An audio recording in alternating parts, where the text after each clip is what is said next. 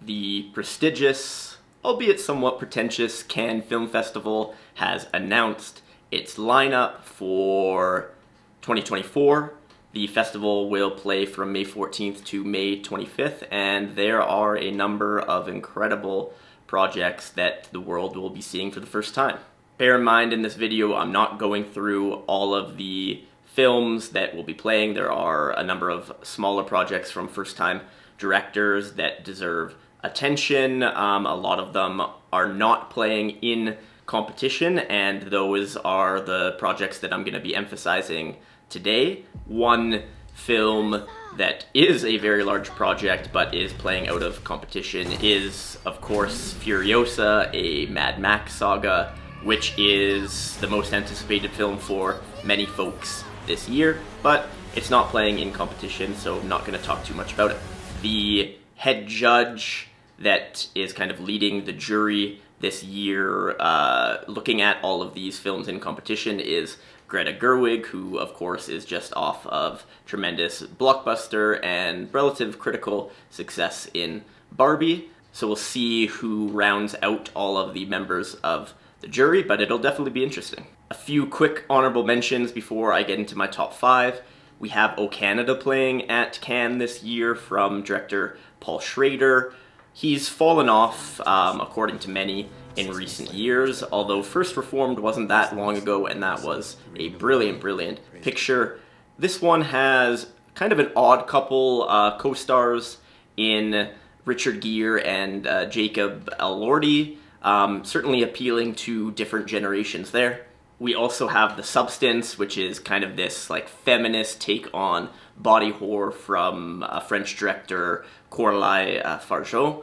Apologies for my terrible French pronunciation. This one is drawing early comparisons to a previous Cannes Palme d'Or winner in Titan, and has a studded cast: Demi Moore, Margaret Qualley, Dennis Quaid. So one to check out if you are interested in the body horror side of things. Getting into the actual list though, number 5, we have Bird. This is the latest film from Andrea Arnold, who has had pretty tremendous success at Cannes in years past. In fact, she has won the Prix de Jury 3 times. Again, apologies for my French there, for Red Road, Fish Tank, and American Honey.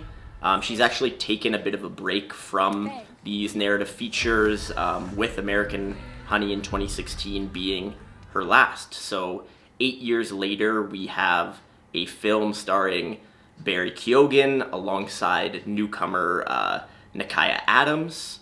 We don't know too much about the plot, but we do know that Barry Keoghan is kind of an absentee father in this film, living with his son, played by Nakia Adams, and Adams is kind of coming of age in this difficult situation. Number 4, we have Honora from director Sean Baker. Sean Baker broke onto the scene in 2015 with his Sundance Award-winning film Tangerine, which was shot on 3 or 4 iPhones for only $100,000, which might seem like a lot, but in the film business is basically nothing. So here we have a talented director who is able to do a lot with a little. He has also directed projects, larger projects like The Florida Project, as well as more recently Red Rocket. This particular film is being marketed, at least initially, as a comedy following a group of sex workers. This, of course, is not the first time that Sean Baker has kind of delved into this territory, with Tangerine following a transgender sex worker. So we definitely need some more information, but there's no doubt in Sean Baker's talent as a director. At number 3, we have The Shrouds. This is the latest project from David Cronenberg. His most recent film, Crimes of the Future, was one that I enjoyed quite a bit. His daughter Caitlin actually has a film coming out this month, Humane, and his son Brandon has already put out a couple gems, most notably Possessor. This, according to David Cronenberg himself, is the most personal film that he's ever made. In fact, it is semi-autobiographical. It follows a widower who essentially builds a machine to connect with the dead. Of course, it will be weird and twisted in classic Cronenberg fashion, but it seems to really have a strong emotional core, emotional backbone that some might say not all Cronenberg films have. This one was actually supposed to be a Netflix series, but was dropped by Netflix as they do.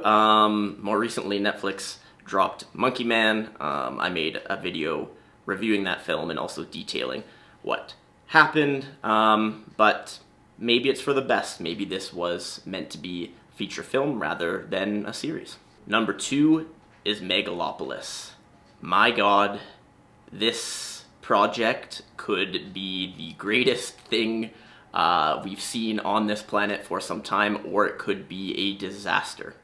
It comes from someone you may be aware of, Francis Ford Coppola. You know, just that guy who directed films like The Godfather and Apocalypse Now. Just 2 movies that are often put in top 10 of all time, no big deal.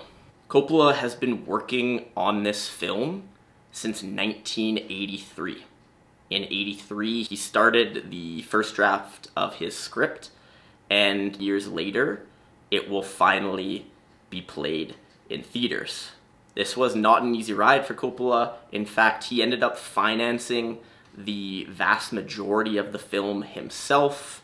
Thankfully, he's a pretty wealthy man. Not all of us can do that, but he spent, by some estimates, $120 million of his own money to fund this passion project. Megalopolis follows Adam Driver, although there is an ensemble cast that I won't get into, but it follows Driver's character in a kind of post-apocalyptic New York City. The city has been destroyed, and Driver is a utopian with a vision, and he attempts to rebuild New York to align with this utopian kind of set of ideals. But of course, there are many roadblocks and obstacles that get in his way.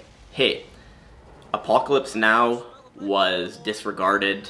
It was almost impossible to get funding, but then it played at Cannes. It won the Palme d'Or and became one of the most celebrated films of all time. Number 1 for me, though, has to be Kinds of Kindness. I am a Yorgos Lanthimos guy through and through. Dogtooth and The Lobster are 2 of my all-time favorite films, and it looks like this project will see him returning to that sort of style. We have a teaser trailer for it already, and it looks like Yorgos. We have an amazing cast returning from Poor Things. We have Emma Stone and Willem Dafoe, and we also have folks like Margaret Qualley, who has already been mentioned in this list. We have Jesse Plemons, we have Hong Chow. I trust Lanthimos, I trust his weirdness, I trust his vision, and while it probably won't be as good as Poor Things, it's tough to hit back-to-back in such quick succession. I cannot wait to see it. If you watch this list, thank you, I appreciate it. There are a number of reviews on the channel. There are also some lists of films that you might want to check out, so give those a watch. Give this video a like, a comment, a subscribe. Very helpful to the channel, at least I am told. And when I put out another video, watch it. Thanks.